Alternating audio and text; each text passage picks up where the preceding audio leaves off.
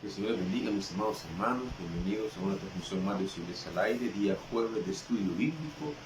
Y estamos estudiando la carta a los romanos, una carta maravillosa que nos habla acerca de la justicia de Dios. Y vamos a seguir aprendiendo. Yo les invito a que no desmayen, no se aburran, siempre tengamos esa voluntad y ese deseo, ese anhelo de aprender más de la palabra de Dios cada día.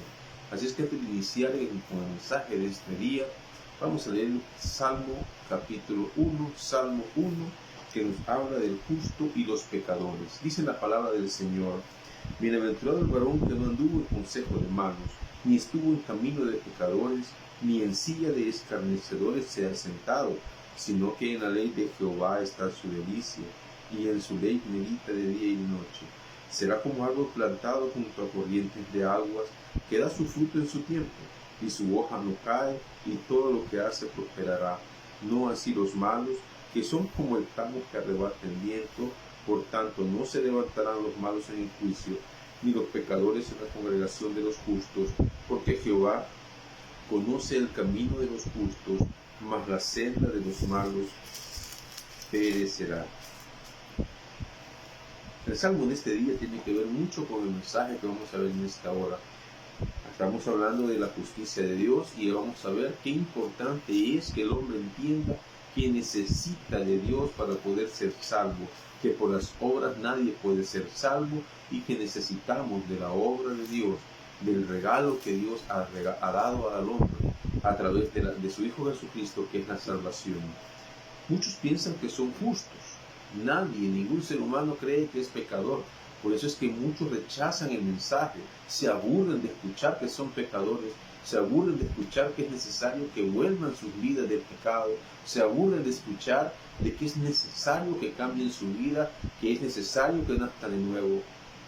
Pero la palabra es clara y dice que no debemos de cansarnos de predicar lo que Dios nos enseña a través de su palabra. En ninguna parte de Dios menciona de que nosotros no podemos justificar lo que hacemos, nuestra manera de vivir, porque Dios está claro de que Dios ha dado una salida al hombre, y esa salida es el sacrificio de su Hijo para que nosotros podamos ser salvos. ¿Y salvos de qué?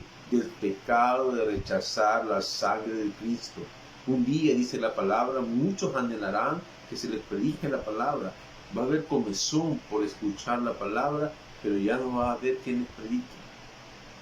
Créanme que yo espero en el Señor de que estos mensajes puedan caer en el corazón del hombre, que estos mensajes puedan caer y llegar a la iglesia, que dejen su acomodamiento en este tiempo difícil en el que vivimos, porque el mensaje de Dios siempre sigue siendo el mismo: buscadme y viviréis. Eso dijo en el Antiguo Testamento y hoy dice lo mismo: buscadme y viviréis. Muchos se creen justos, muchos creen que no han cometido ninguna falta en su vida, pero está rechazando el mensaje de Cristo, está jugando a ser cristianos, el estar pensando en que Dios no hace nada, pensando en que Dios no los va a castigar, pensando en que Dios no, tarde o temprano no impartirá disciplina al ser humano. Estamos equivocados. Dios, estos mensajes, el que la iglesia pueda recibir mensaje en este tiempo, es la misericordia de Dios todavía para el ser humano, incluyéndonos nosotros los cristianos. Dios todavía tiene misericordia, pero nadie puede decir que es justo. Comparemos entre los justos y los pecadores y véase usted y compárese con la Biblia y pregúntese: ¿estoy viviendo como Dios manda o hay algo todavía que debo cambiar? Recapacitemos, vivamos conforme a la palabra de Dios y aprendamos cada día. Créanme, es mi anhelo y es mi oración para con usted, que tenga ese anhelo y ese comezón, esa picazón en su corazón por aprender cada día más de la palabra de Dios y salir del acomodamiento en el que está.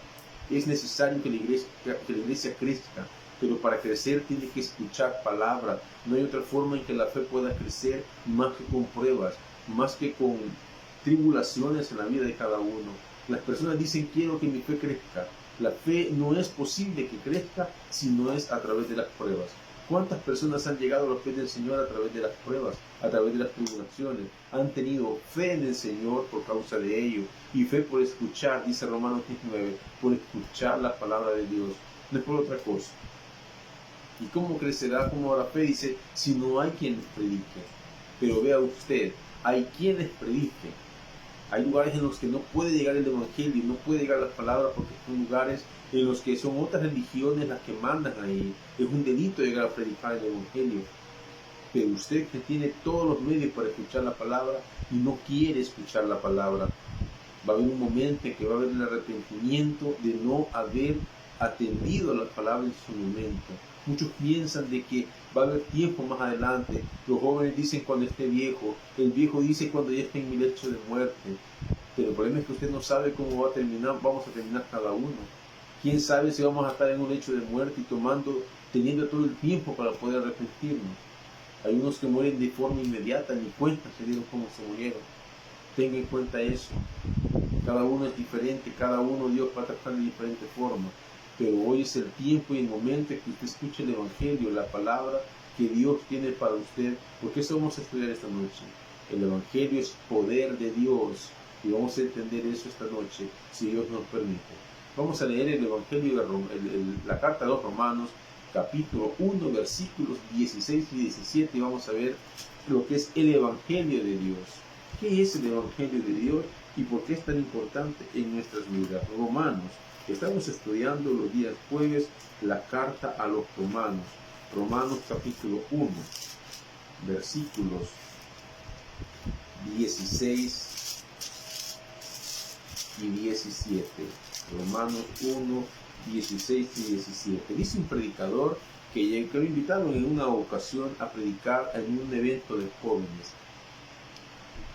Y predicó de tal manera de que el Evangelio, que la palabra de Dios fuera expuesta tal y como la Biblia nos manda que la prediquemos. Y la esposa del pastor de la iglesia al cual fue invitado llega en una forma molesta, dice el predicador, y le dijo: me siento molesta por cómo usted ha predicado esta noche, le dijo. ¿Por qué? Le dijo el predicador, el pastor. Porque usted ha dejado a estos jóvenes como si todos fueran pecadores, le dijo.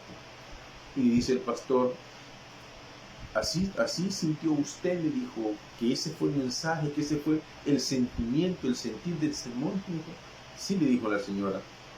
Y dice el pastor: pues gracias a Dios, le dijo, porque ese era el objetivo, hacer sentir incómoda a las personas que estaban aquí en cuanto a que todos son pecadores y necesitan de Dios para ser salvos, le dijo. Y muchas personas se incomodan cuando se predique y se expone la palabra tal y como es. La palabra no nos manda a decirle a usted que usted va a estar libre de problemas y de tribulaciones y que Dios le va a dar todo lo que usted quiera y usted no cambia su buena manera de vivir. Eso no dice la palabra. La palabra nos enseña que debemos confrontar al ser humano, al creyente, con lo que es la palabra de Dios. Porque si usted es confrontado con la palabra y usted mismo dice: yo en realidad no estoy viviendo como la Biblia manda que debemos vivir, pues ese es el objetivo. Que usted entienda de que debemos cambiar nuestra vana manera de vivir. Existen diversidad de maldades en el ser humano.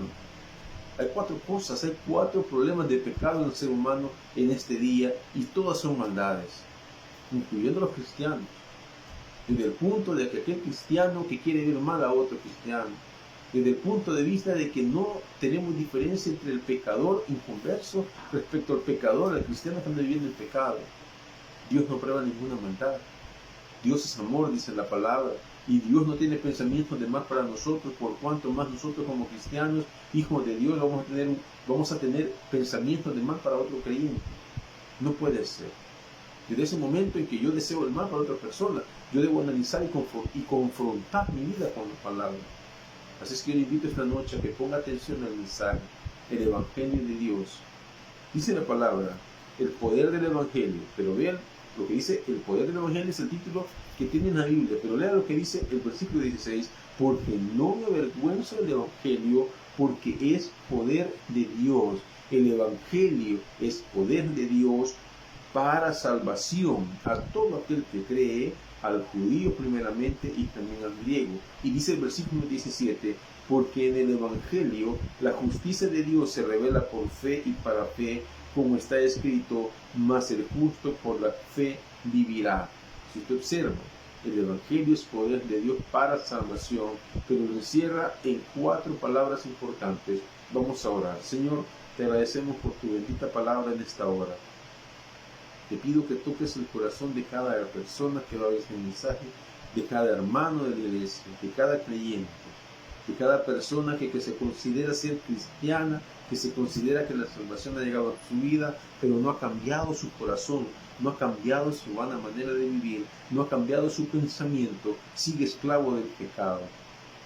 En el nombre de Jesús te pido que esta noche cada persona pueda recapacitar y pueda entender que el Evangelio es poder de Dios, que el poder de Dios es para salvación y que nadie que viva como antes vivía, como antes de ser cristiano vivía y sigue viviendo así, le es necesario nacer de nuevo y buscar ese poder de Dios para poder ser cambiado. En el nombre de Jesús, Señor, te pido que seas tú llevando el mensaje en esta hora. Amén y amén. Muy bien, dice, porque no me avergüenzo del Evangelio. Hemos estado estudiando en la carta a los Romanos los primeros versículos de cómo Pablo se presenta a sí mismo y luego el siervo de Dios, cómo debe ser el siervo de Dios y cuáles son las características del siervo de Dios. Le invito a que vea, que pueda ver los mensajes anteriores y que pueda leer el capítulo 1 de la carta a los Romanos para que podamos ir entendiendo y vayamos caminando en la lectura y en el mensaje y el estudio de la carta a los Romanos. Hemos mencionado que la carta de los Romanos es una carta fundamental e importante en toda la Biblia, porque es como Dios confronta al ser humano, independientemente al gentil, al judío, al pecador, al hombre natural, como Dios nos confronta de tal manera que nos hace entender que somos pecadores, que ninguna obra nos va a hacer salvos, que así como pueden predicar algunas sectas, recuerde, nadie tiene la verdad absoluta, sino que solamente la palabra de Dios es la verdad absoluta, y el que predica la palabra de Dios, podemos decir que se predica la verdad, fuera de lo que nosotros podamos sentir o pensar. Pablo dice en la palabra que no se avergonzaba del Evangelio, y este es lo más fundamental e importante de la epístola a los Romanos. Esos dos versículos expresan el tema fundamental de la carta a los Romanos, y eso anótelo. Es un estudio bíblico, lo importante es que usted anote y aprenda más de la palabra de Dios. Estos estudios, créanme, en otros lugares hay que pagar por estos estudios. Yo no estoy diciendo que usted tiene que pagar por eso, no. Gracias a Dios hay diversidad de información hoy en día, pero tenemos que tener mucho cuidado, porque hay información que se tergiversa y se predica al final lo que yo siento que debe de ser y no el mensaje, el espíritu de la palabra. Es importante que usted se tome el tiempo para poder aprender día a día y tomar de estos estudios. Es un curso completo. Anote cosas importantes, palabras importantes, temas importantes, porque eso nos ayuda a cambiar nuestra forma de vivir y nuestra forma de ver la vida. La cosmovisión la llamamos en la teología. Nosotros podemos creer que podemos ser lo que queramos. Hay personas que dicen, no, si usted está joven, usted puede decir lo que usted quiera. ¿Sabe usted que la base de la doctrina de los mormones, la iglesia de los santos de los últimos días, dice de que usted puede llegar a ser Dios? Usted puede llegar a ser un Dios. Esa es la base de la doctrina fundamental de ellos. La pregunta es si nosotros no podemos llegar a ser un Dios.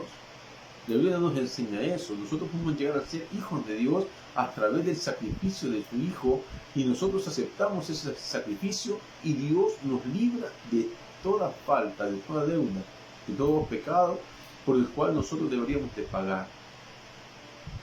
La Biblia nos enseña que yo puedo ser Dios, pero la persona nos dice, pero es que usted puede hacer lo que usted quiera, todo está en la mente, dice la persona.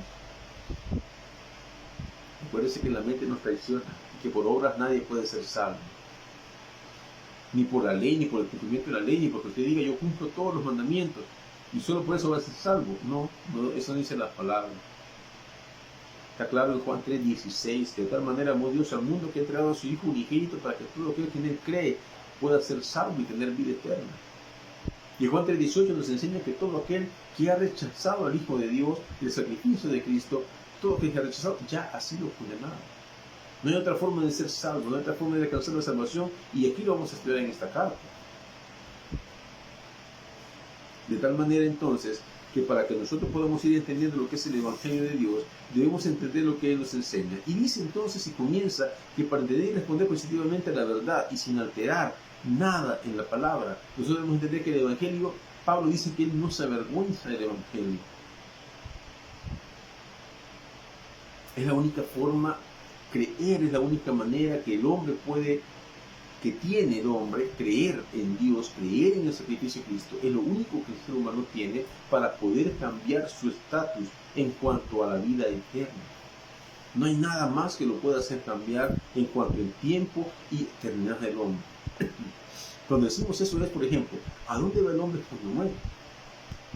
¿Va a pasar una eternidad en el infierno o va a pasar una eternidad en la presencia de Dios? Eso que lo define hoy en vida el creer. Recuérdese la historia que se cuenta de Lázaro y el rico. La palabra nos enseña que Lázaro era un mendigo o un mendigo. No tenía que comer, no tenía enllagado. Dice que los perros llegaban y le lamían las llagas que tenía. Y estaba el rico. Y Lázaro le pedía al rico y el rico lo ignoraba.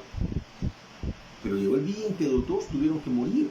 Porque dice en el libro de Hebreos que está establecido para el hombre que muera una sola vez. No hay tal de segunda muerte ni tercera muerte. Y no hay tal de una primera y segunda y tercera oportunidad. No. Solo tiene una oportunidad en la vida para poder ser salvo. Y usted decide cómo quiere llegar. Si quiere pasar condenado su vida eterna o quiere llegar en salvación en la presencia de Dios toda la vida eterna. Usted está en sus manos, no está en las manos de nadie más. Pero muchas personas dicen lo que el pastor predica es mentira. Lo que el pastor predica no es cierto. Porque a mí me han enseñado, dice, si usted no está fundamentado en la palabra de Dios y si lo que le han enseñado no está fundamentado en la palabra de Dios, pues entonces déjeme decirle, lo han engañado. Si yo me fundamento en la Biblia, que es la única verdad que tenemos, y ahí está claro cuando dice que si yo no creo en el sacrificio de Cristo, no creo en lo que Dios me ha mandado, pues entonces mi vida está destinada a pasarla en una condenación eterna y usted va a recibir un cuerpo para pasar eternamente siendo atormentado. Pablo dice que no se avergüenza del Evangelio y eso añade una marca distintiva en el servicio en aquel hombre que sirve a Dios. No se avergüenza para nada. Y esa característica la presentamos en los versículos de 8 al 15 y eso es lo que define al verdadero siervo de Dios. Veamos, por ejemplo, Pablo, ¿qué le pasó? Pablo fue sacado en secreto de Damasco, fue apedreado en otro lugar y fue considerado muerto en ese lugar. Además, en Atenas fue escarnecido y fue considerado como un loco en Corinto y declarado un blasfemo y transgresor de la ley en Jerusalén. Imagínense usted, el siervo de Dios, declarado loco, muerto, sacado a escondidas porque no quería que nadie lo viera. Fue encarcelado en Filipo y fue encarcelado por predicar el Evangelio, ni siquiera por hacer algo indebido o algo malo.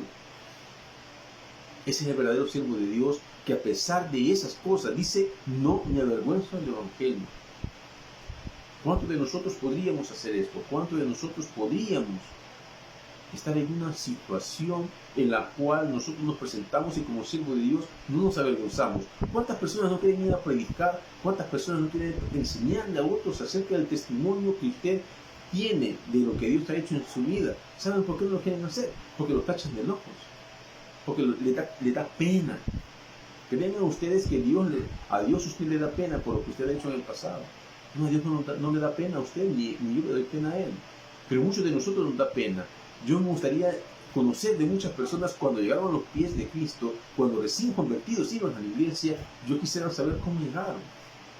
Muchos íbamos con la Biblia en una bolsa, porque si salíamos de la colonia, nos iban a ver los vecinos y iban a decir, miren a la persona, ya se hizo cristiana, ya se hizo aleluya y se burlaban de usted. Y para que no pasáramos eso, metíamos la Biblia en una bolsa, metíamos la Biblia en un bolsón, de tal manera que nadie se diera cuenta. Muchos de nosotros así comenzamos en el Evangelio con pena, con temor, con vergüenza. Y lo digo porque así comenzamos muchos. Con el tiempo fuimos viendo que eso no era nada malo, no era nada dañino, y ya comenzamos a ir con la Biblia. Incluso aquellos que comenzaron a servir, ya comenzamos a servir, a pesar de vituperios y a pesar de malos comentarios de los vecinos, a pesar de los malos comentarios de su familia, Hay familias que le decían a la persona, vos nos has salado en esta casa porque te has convertido al cristianismo, o te has hecho aleluya. O crees en ese pastor mediocre, o crees en ese pastor que es más pecador que yo. Comentarios así en familias completas. Familias que han echado al hijo, han echado al cónyuge por haber sido, o por ser creyente hoy en día. Pero hay muchos que se avergüenzan de eso y dicen, mejor ya no voy porque no me quieren ya en la casa. Los vecinos se burlan de mí. La palabra dice que Pablo no se avergüenza del Evangelio y por lo tanto usted y yo no debemos avergonzarnos de lo que somos. Hijos de Dios ahora, creyentes en el verdadero Evangelio, en la verdadera palabra, en la verdadera palabra, y que antes andaba perdido. Es lo que nos dice la Biblia. Sin embargo, a pesar de todo ello, recuerde con Pablo, estamos agarrando el ejemplo de Pablo, Pablo no cambió y no desistió, ¿verdad? Los líderes religiosos de Jerusalén lo quisieron que avergonzarlos, quisieron intimidarlos con ellos, pero Pablo no desistió y continuó adelante al punto que dijo, yo soy apóstol enviado a los gentiles y es necesario que predique el Evangelio, es necesario que predique lo que Dios me enseñó. Y entonces él dice, no me avergüenzo del Evangelio, y sigo adelante. Dice, no me avergüenzo del Evangelio porque es poder de Dios para salvación. Y entonces vamos a ver que el Evangelio de Dios, Pablo lo define en estos dos versículos de la siguiente manera con estas palabras claves: poder, salvación, fe y justicia.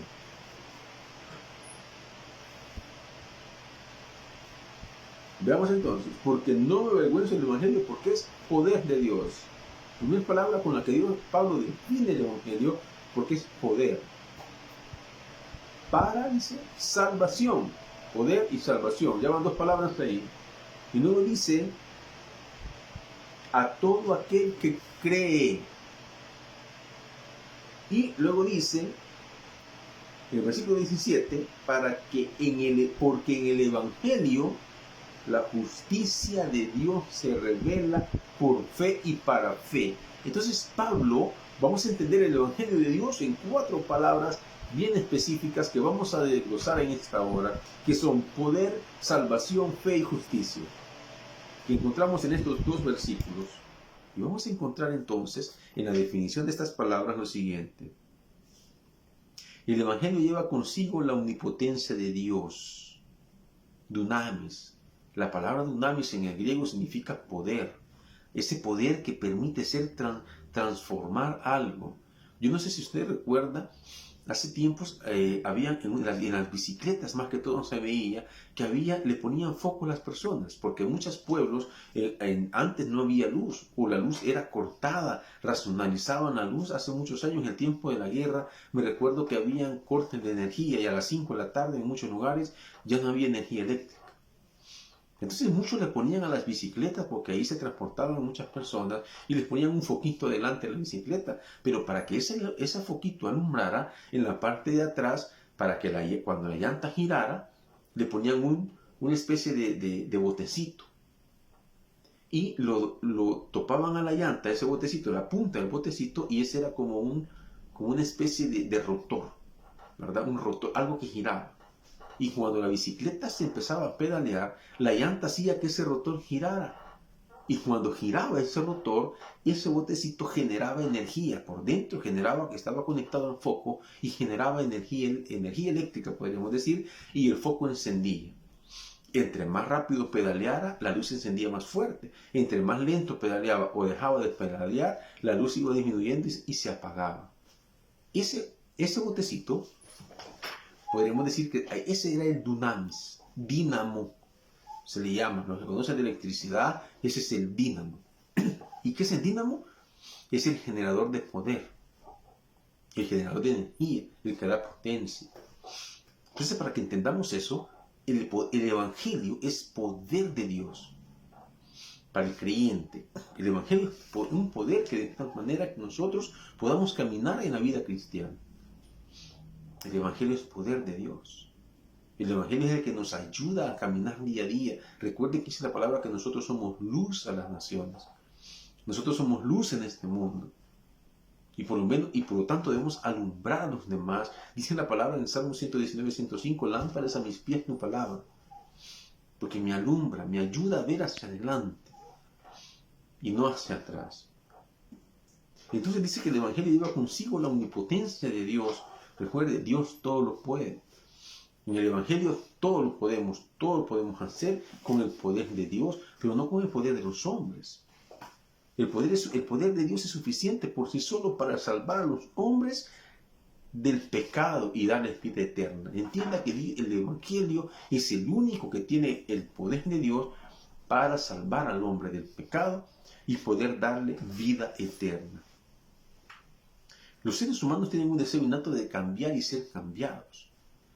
Pero la única forma de poder cambiar es llegar a los pies del Señor, es llegar a aceptar el Evangelio. Pero entonces vamos a entrar en este término. Entre más exitosos sean los métodos desde su propio punto de apoyo, según el hombre, más nos alejan de Dios. ¿Cómo es eso? Resulta que el ser humano siempre ha buscado la manera de justificarse a sí mismo y de decir que es bueno. Entre más nosotros confiemos en nuestros propios esfuerzos por ser buenos, entonces más nos alejamos de Dios. Eso lo debemos entender. El ser humano ha tratado la manera de decir, no, es que yo soy bueno y por lo tanto yo no necesito de más otra cosa que hacer obras y hacer cosas buenas. Déjeme decirle que eso nos aleja más de Dios, porque Dios lo que quiere del ser humano es que dependamos 100% de Él, de ese poder que solo Él nos puede dar. En ese sentido, entre más se alejan las personas de Dios, se distancian más de su salvación. Nada los puede salvar. Recuerden, ninguna obra hecha por el ser humano los puede salvar del castigo eterno. Solamente Dios puede salvarnos a través de su poder, a través del Evangelio, en el cual debemos creer. Veamos Jeremías 13:23. Vamos a irnos apoyando en otros textos de la palabra para que podamos sustentar de mejor manera lo que estamos enseñando y predicando.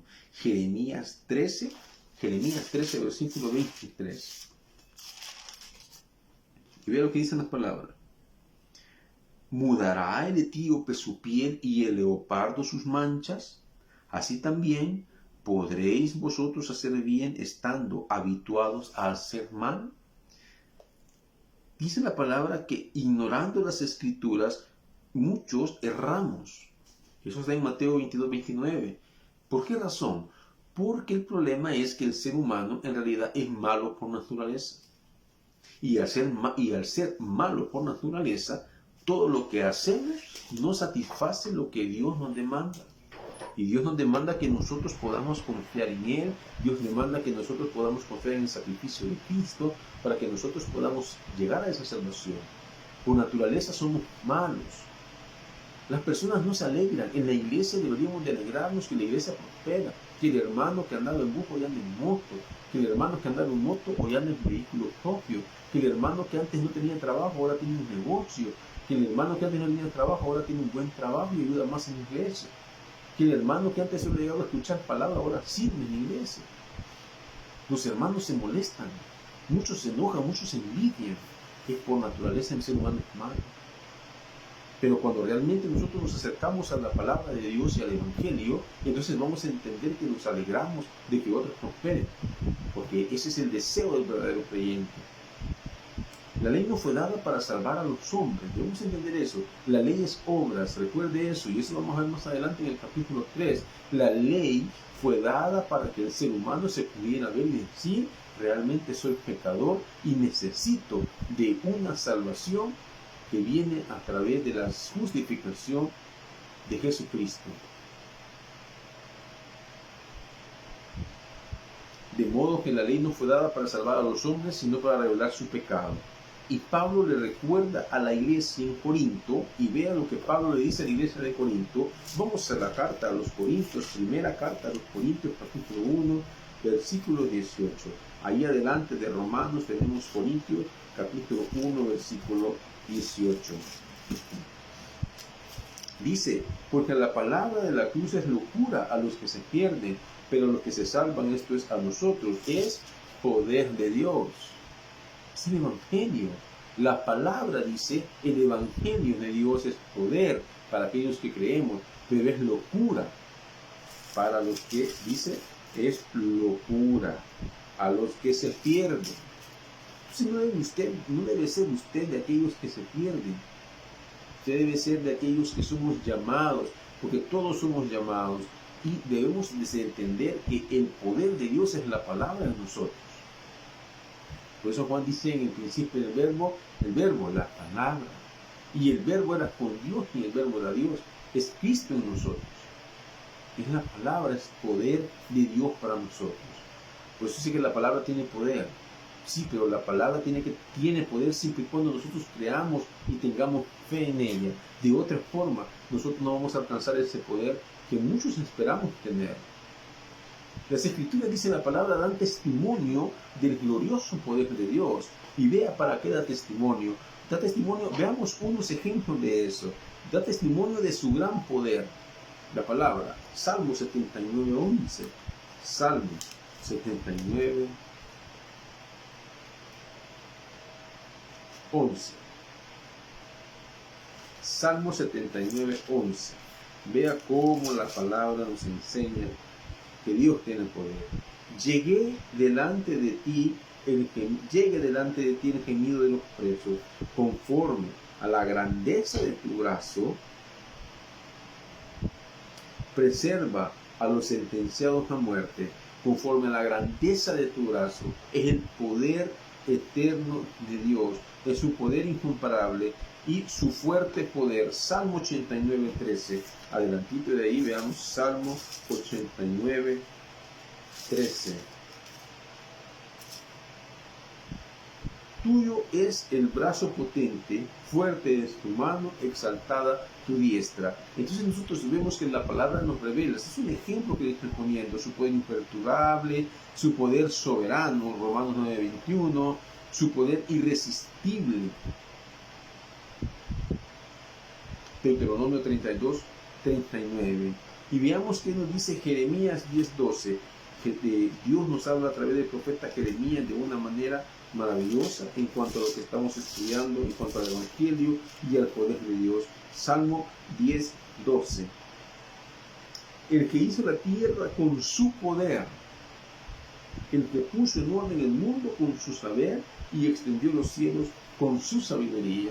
Dice que creó todo con su poder. Nosotros no debemos entender que todo lo creado, y eso sigue en los siguientes versículos, todo lo creado habla por Dios, todo lo creado dice del poder de Dios para nuestras vidas, y eso debemos entenderlo, porque de otra forma, entonces nosotros no vamos a reconocer la soberanía de Dios, nosotros no vamos a reconocer que hay un ser superior a nosotros. Por eso es importante entender las vestimentas de los judíos, el kipá, el gorrito que se ponen los judíos en esta parte de acá, ellos lo ocupan como un símbolo para que ellos les recuerde y deben entender que de aquí para arriba, dicen ellos, desde ese gorrito para arriba hay un ser superior, un ser soberano al cual ellos deben rendir culto y deben rendir honra. Fuera de eso, el ser humano es de aquí para abajo, dicen ellos, y el ser humano no es nada ante Dios. Ese gorrito, kipá, es el que les dice y les recuerda a ellos eso. ¿Qué le recuerda a usted que tenemos un ser superior? ¿Se imagina usted que hay creyentes que no le tienen temor a Dios, que andan viviendo de una manera desordenada y universal? ¿Qué le parece a usted? Pastores que andan en los moteles con otras mujeres que no son sus esposas. Comencemos con nosotros. Y no es crítica la que estoy dando, es una enseñanza. No podemos nosotros decir que honramos a Dios si estamos viviendo de una manera desordenada. Comencemos con la cabeza de la iglesia, los pastores, la autoridad que Dios ha puesto en nuestras iglesias. Y ese es el problema hoy en día, que habemos muchos que nos extraviamos y nos perdemos y de ahí seguimos con la congregación. Aquellos hermanos o hermanas que tal vez su esposa o su esposo los ha engañado y dicen, yo le voy a hacer lo mismo. De eso estoy hablando. Están viviendo en su vana manera de vivir. No confiamos en el Señor. Por eso digo, el hombre por naturaleza es malo. Por naturaleza es mala y se nos olvida Dios. Pensamos que Dios nos mira. Recuerde que Dios es omnipresente, está en todo lugar. Y no podemos escapar a su ira. No se le olvide eso. No podemos escapar a su disciplina. Luego la palabra salvación. La manifestación más grande del poder de Dios radica en traer a los hombres a la salvación. Entonces el Evangelio es poderoso porque además de entender que Dios es poderoso en todo lo que hace, el poder del Evangelio es que puede traer al hombre a la salvación. Y usted me va a preguntar, ¿salvar de qué? Salvarlo del pecado. ¿Cuál pecado? El pecado de haber rechazado y de estar rechazando a su Hijo. Dice el Salmo 106:8, por amor de su nombre, para hacer notorio su poder, por amor de su nombre, para hacer notorio su poder. Por esa razón Dios trajo el Evangelio por amor de su nombre y para hacer notorio su poder, y entendamos que no hay ningún ser supremo, no hay ningún otro ser que nos pueda dar salvación. Fuera de Jesucristo no tenemos salvación en Dios. La idea básica detrás del término es de liberación y rescate. La palabra salvación, sotería, en el griego, es en esencia liberarnos, rescatarnos. Dice la palabra en el griego lutró, que es aquella palabra que se utiliza para determinar que alguien pagó un precio por nosotros, que nosotros estábamos en el mercado siendo vendidos como esclavos. Dice la palabra que nosotros somos esclavos del pecado, esclavos al pecado. Y fuimos vendidos al pecado. Y resulta que alguien llegó y nos compró. Y ese precio fue la sangre de Jesús. Pero nos compró para no volver a ese lugar. Por eso Pablo se describe a sí mismo, y aquí le vamos amarrando la carta. Pablo se describe a sí mismo esclavo de Jesús, esclavo de Dios, esclavo voluntario, siervo, dice él, siervo de Dios, siervo de Jesucristo, llamado, porque él fue rescatado. Usted y yo hemos sido rescatados del mundo, rescatados de las garras del pecado a precio de sangre, de la sangre de Jesús. ¿Para qué hemos sido rescatados? Ya hemos pagado por nosotros. Es para que no volvamos a ese estado y no volvamos a ese lugar. Por eso usted debe entender que cuando usted regresa a ese lugar, cuando usted dice yo estaba mejor antes en el mundo que siendo ahora creyente, tarde o temprano usted regresa de donde usted fue sacado. Usted regresa a ese lugar, pero tarde o temprano regresa. ¿Por qué? Porque usted ya pagó a alguien un precio. Y no es posible que usted regrese a ese lugar y habiéndose pagado un precio muy alto por usted. La salvación entonces denota el rescate, la liberación. Y el punto aquí es el poder de Dios obrando en salvación, ya que rescata a las personas del castigo último del pecado. Recuerde lo que le dije. Dice que la Biblia que está establecido que el hombre muera una sola vez. Pero el hombre que sigue en pecado, que está destinado a morir por segunda vez, y esa muerte es la muerte espiritual, una muerte desgarradora, porque significa la separación completa y total de Dios. Estoy hablando espiritualmente. Significa que esa persona va a ser atormentada día y noche en un lugar llamado el lago de fuego. Yo le invito en esta hora a que usted recapacite en su vida, sea creyente o no lo sea. Recapacite y piense y diga, ¿realmente soy salvo? ¿Estoy viviendo de una manera digna en que yo puedo decir que soy salvo? Muchas personas piensan que son salvos. Los hombres pueden ser salvados del pecado, de Satanás, del juicio, de la ira de Dios y de la muerte espiritual si creemos y cambiamos nuestra manera de vivir. Jesús le dijo a Nicodemo que es necesario nacer de nuevo. Muchos de nosotros es necesario nacer de nuevo. Podemos ser salvados de la ira venidera de Dios, de la muerte espiritual, de esa separación que esa muerte espiritual va a causar en el ser humano. Hoy podemos reconciliarnos con Dios. Hemos sido enemigos de Dios por este tiempo, pero hoy nos podemos reconciliar con Él. Algunos buscan la salvación económica, otros la salvación política, otros la salvación social. Escuchen lo que estoy diciendo. Los seres humanos buscan en el lugar equivocado. En vez de buscar la salvación del pecado, en vez de buscar la salvación de la ira de Dios, estoy hablando que salvación es sinónimo de pecado. En vez de buscar escapar de la segunda muerte, que es la muerte espiritual, buscamos ser rescatados de la pobreza. Queremos libertad económica. Yo no digo que está malo, pero lo primero que debemos buscar es la comunión con Dios, la reconciliación con Dios. Y otros buscan la salvación política o social. La salvación por medio de Cristo es ni más ni menos que la poderosa mano de Dios que Él ha hecho descender para levantar a los hombres de su triste condición. La condición del ser humano es triste porque está en pecado, está muerto en el mundo. ¿Por qué cree usted que hay tantas personas que toman alcohol, tantas personas consuetudinarias que son una enfermedad, tantas personas con depresión, tantas personas con odio, con envidia, con rencor, resentimientos, amargura en su corazón. ¿Por qué cree eso? Porque es la maldad del hombre la que lo genera. Es el pecado en el hombre. Si viéramos que Cristo entendiéramos el por qué se pasan esas cosas, Jesús dijo: he venido a causar división. No he venido a causar unión, sino que división.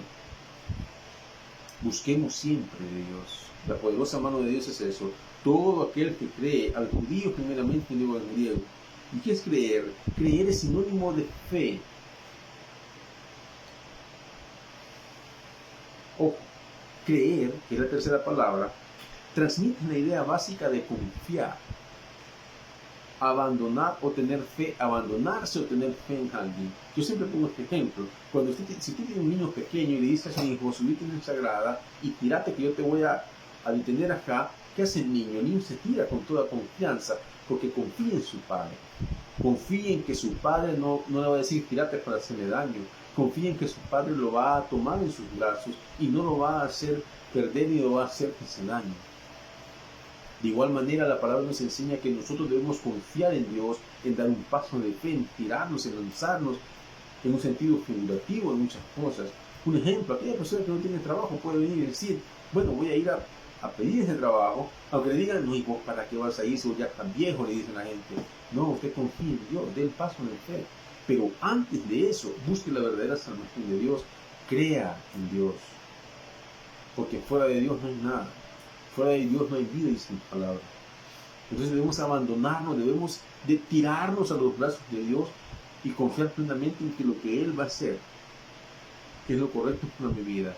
Los esfuerzos del hombre para llevar una conducta recta nunca dieron fruto. ¿Por qué? Porque la medida de Dios, yo siempre he dicho, el estándar de Dios, la altura que Dios le manda al ser humano es bien alto. Es bien alta esa demanda, esa altura. No se nos olvide. Dios tiene un estándar bien alto, pero sí es posible alcanzarlo a través de Cristo Jesús. La salvación viene como resultado de renunciar a nuestra propia capacidad de hacer el bien. No se olvide.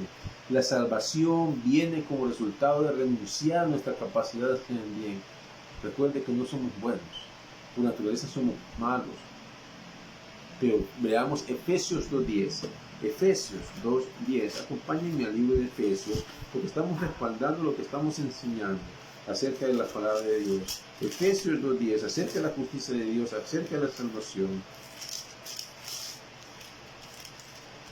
Efesios, capítulo 2, versículo 10, y vea lo que la palabra nos enseña. Dice Efesios 2.10, porque somos hechura suya, creados en Cristo Jesús, para buenas obras, las cuales Dios preparó de antemano para que anduviésemos en ellas. Hacemos buenas obras porque somos salvos. Fuera de ser salvos, nosotros no hacemos buenas obras.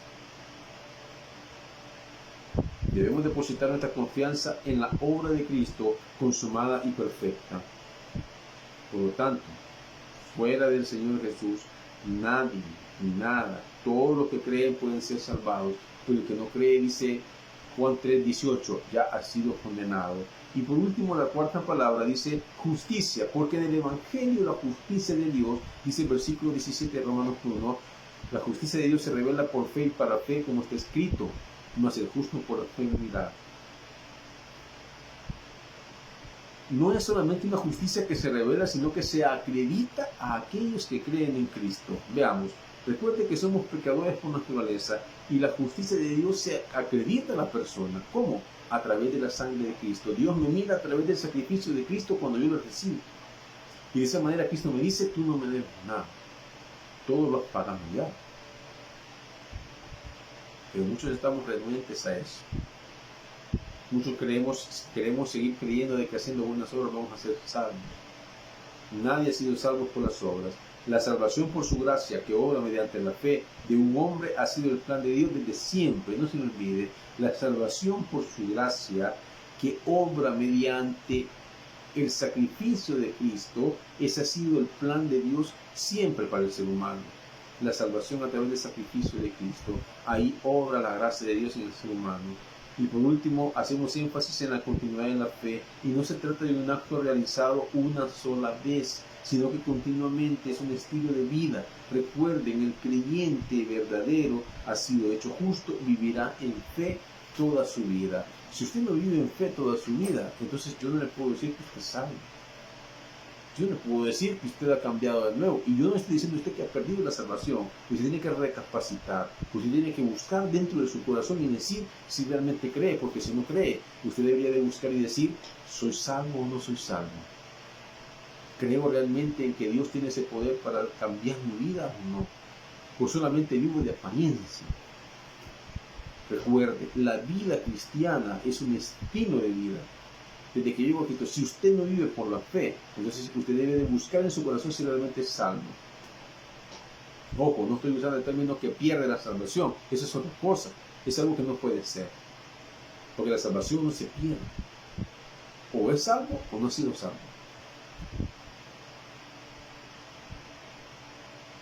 El creyente verdadero que ha sido hecho justo vivirá en fe toda su vida, y a eso los teólogos le llaman la perseverancia de los santos. Yo le invito a que perseveremos en el Evangelio de Dios, que vivamos en el poder de Dios, que es su palabra, en el poder del Evangelio que nos permite ser salvos, y para lo cual debemos creer y vivir por fe todos los días de nuestra vida. Busquemos a Dios de todo nuestro corazón y vamos a ver la mano de Él en nuestras vidas. Vamos a orar. Señor, te agradecemos por tu bendita palabra. Te agradecemos por esta hora, por todo lo que has hecho con nosotros y de cómo tu Hijo ha venido a pagar por nuestras vidas, Señor. En el nombre de Jesús oramos. Amén. Amigo, hermano, usted que no conoce al Señor, yo le invito a que tome este Evangelio para su vida y ahí donde está, ore de la siguiente manera. Señor, reconozco que soy pecador. Te invito a que entres en mi corazón. Reconozco que Cristo murió en la cruz del Calvario a causa de mi falta, a causa de mi pecado, y que es el único que puede salvarme de la ira venidera, del pecado y de la muerte espiritual. Te pido en el nombre de Jesús que me permitas que yo caiga en eso, Señor. Que seas tú controlando, dominando mi vida y haciendo buenas obras, porque por eso yo soy salvo y no hacer obras para ser salvo. Gracias te damos en el nombre de Jesús. Amén. Yo le invito a que usted se congregue en una iglesia donde se predique la sana doctrina. Le invito a que nos acompañe en esta iglesia. Le invito a que usted siempre busque de Dios y aprenda de Él. Busque un lugar donde usted pueda ser discipulado de la mejor manera. Y recuerde, en las manos de Dios, nosotros somos salvos y tenemos vida eterna. Gracias te damos por tu bendita palabra, Señor. Te pido que cada hermano, que cada persona que conoce, Señor, de tu palabra, pueda entender que te necesitamos, Señor, y que debemos vivir por la fe todos los días de nuestras vidas, Señor. Que tú te agradas de aquellos que viven día a día por la fe. En el nombre de Jesús oramos y te lo pedimos en esta hora. Te pido por cada predicador, Señor, que va a seguir predicando tu palabra, que seas tú llevando a cada corazón, Señor, conforme a tu voluntad, y que tu palabra no regrese vacía, sino que venga con el propósito que tú has determinado. En el nombre de Jesús te lo pedimos, en el nombre de Jesús oramos. Amén y amén. Le invitamos a que pueda seguirnos sintonizando en nuestra iglesia al aire y que Dios les bendiga.